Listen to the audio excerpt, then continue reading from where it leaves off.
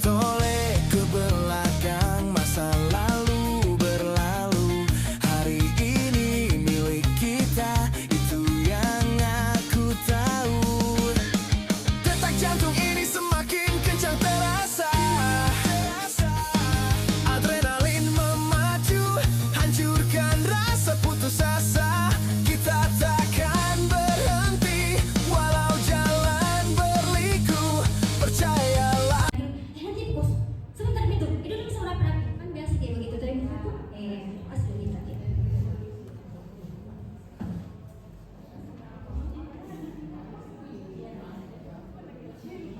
Nah, di sini untuk menyelesaikan masalah tersebut ada tiga yang akan saya tampilkan, yaitu menjadi pendengar aktif. Nah, inilah rumusnya di atas. Dengar jang. Apakah itu D? Dedikasikan tubuh dan jiwa kita. Kemudian E, ekspresi diperlihatkan bahwa memang diperhatikan ya Nana. Kemudian N, netralkan posisi, kasih bagus di posisi saja, nama cerita di belakang banci. Kemudian G, gangguan hilangkan seperti HP tuh, jangan kayak dulu benteng HP tak. Kemudian A, amati isi pembicaraan, respon Q, dan jangan dipotong. Biarkan dulu anak selesai ceritanya baru ditanggapi ya. Yang simulasikan. Dan selanjutnya yaitu koneksi dan koreksi dengan segitiga restitusi. Yang ketiga pemecahan masalah dan cara koneksi dan koreksi dengan segitiga restitusi. Dengan yang pertama menstabilkan identitas, yaitu menjelaskan bahwa setiap orang pernah melakukan kesalahan dan kesalahan tersebut bukan merupakan identitas mereka. Ini membantu siswa untuk merasa lebih aman dan tidak merasa malu. Seperti kalau misalnya ada masalahnya tidak disebut-sebut kalau identitasnya, namanya, kelasnya atau apa. Kemudian yang kedua, validasi tindakan salah. Jadi memvalidasi perasaan dan alasan di balik tindakan salah tersebut. Ini membantu siswa untuk memahami akar masalah dan tidak merasa disalahkan. Jadi tidak divonis yang anak dalam salah memang kok. Yang ketiga, menanyakan keyakinan, mengajak siswa untuk merefleksikan nilai-nilai yang mereka pegang dan bagaimana tindakan mereka bertentangan dengan keyakinan tersebut. Ini membantu siswa. Bu, sedikit tahap yang segitiga restitusi ini yang akan kita segitiga restitusi.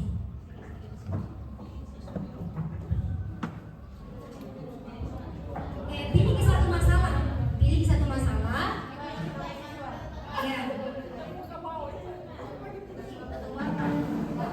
Ya, Bapak ungkapkan sebagai siswanya.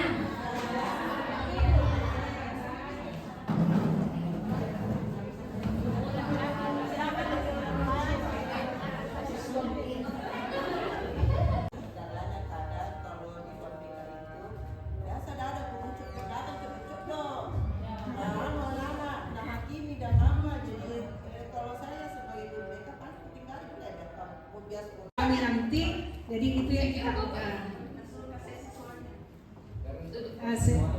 duduk itu ya. Jangan dibantah observer ya. Kasusnya apa? masalahnya apa?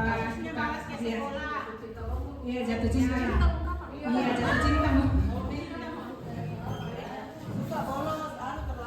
Iya, kita sebagai siswa. Iya.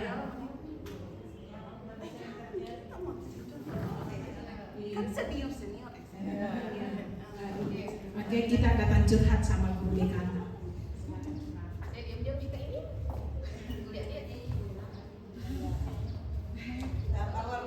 Rasa nyaman kita itu bekerja siapa supaya dalam mengutarakan masalahnya itu bisa lebih leluasa. Bisa kita saja, bukan kita guru BK. Iya bisa. Mungkin Ananda bisa menceritakan bagaimana apa masalahnya, apa yang menjadi pemikiran yang jadi pikiran selama ini. Iya, ini orang tua aku, Bu, mau bercerai.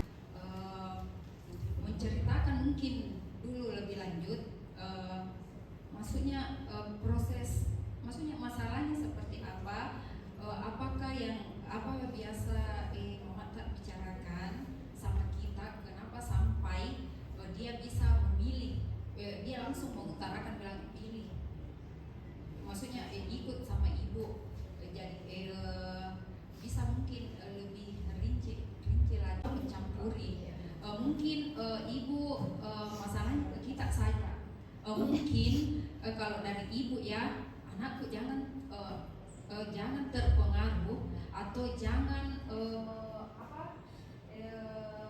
jangan terlalu terganggu, terbebani dengan masalah. Kalau dalam BK itu namanya isin ibu nih, tidak ya, sama-sama kita belajar.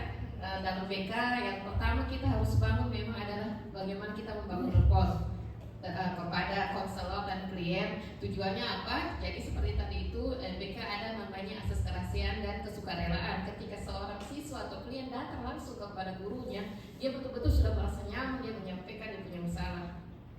Jadi yang kedua, yang pertama tadi dia sudah membangun rapport, menjaga juga guru BK juga sudah menyampaikan bahwa Bu jangan sampai tahu orang karena memang itu sangat privasi untuk dia. Jadi bagaimana kita menjaga, memberikan penguatan, keyakinan ke dia, iya nak, tidak akan kita sampaikan karena memang itu dalam BK ada namanya asas kerahasiaan. Dan seperti tadi Ibu Irma bilang bahwa di sini ada beberapa guru BK, jadi bisa kita memilih mana-mana yang kita suka. Gitu. Kalau saya kebetulan saya sendiri, jadi saya kasih bahasa begitu karena saya sendiri di BK di sana.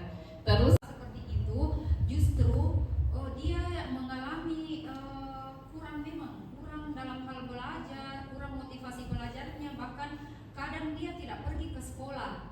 Jadi itu biasa yang banyak biasa bermasalah itu anak-anak memang yang broken home, itu yang banyak bermasalah. Dan lebih parahnya juga biasa yang sering kami hadapi itu yang tinggal sama neneknya, kan kita. Ya, terima kasih banyak. Saya hanya mau menyampaikan seperti ini Bapak Ibu. Apa sih kaitannya dengan segitiga restitusi dengan guru BK?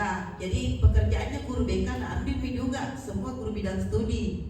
Jadi caranya seperti ini. Kenapa harus pendekatan segitiga restitusi ini harus dimiliki oleh semua guru di sekolah kita? Ini adalah tahap awal. Kalau di BK itu tidak perlu lagi apa yang kau pilih, misalnya wali kelas terlambat, kenapa kau terlambat, pada saat kita menanyakan itu tidak boleh kita menjelas, oh mungkin kamu memang tadi ada lagi panggil Ki pada saat di kantin Ki, jangan Ki saya memang tuh kamu, tidak boleh. Bagaimana kita membuat nyaman anak-anak pada saat ada anak-anak siswa yang terlambat atau tidur atau membuat kesalahan. Bapak Ibu silakan kuasai memberikan pertanyaan terbuka, pertanyaan tertutup itu harus dikuasai Bapak Ibu sebagai seorang guru. Pertanyaan terbuka, pertanyaan tertutup. Ada saraf yang goyang di lututnya ini anak. Padahal dari awal saya coba memberikan pertanyaan terbuka, bagaimana supaya ini anak jujur, bagaimana fisiknya ini anak. Oh begini, ketika saya kasih pertanyaan terbuka, oh ini anak jujur kalau begini. Saya kasih pertanyaan terbuka lagi, bagaimana supaya ini anak was-was. Anak-anak yang siswa yang betul-betul bermasalah, broken home. Nah, inilah yang menjadi masalah buat saya. Kira-kira bagaimana penanganan atau dalam hal ini solusi yang kita lakukan jika ini yang terjadi. Yang tadi itu kan solusinya kita arahkan ke yang positif, ya kan? Nah, kalau misalnya yang broken home seperti itu, kira-kira apa solusinya? Terima kasih. Mungkin ada yang bisa kasih masukan. Iya, terima kasih untuk kesempatannya. Sebenarnya itu Ibu, Bapak, konseling itu bukan hanya satu kali. Konseling itu kita mengkonseling anak itu kan kita biasanya ambil 1 jam 30 menit. Dokumentasinya, dokumen siapa yang pengambilan foto, toh dicatat semua yang siapa yang bermasalah, kemudian prosesnya seperti apa setelah diselesaikan masalahnya, apakah istilahnya rekamnya ini anak-anak sampai bagaimana nih setelah kita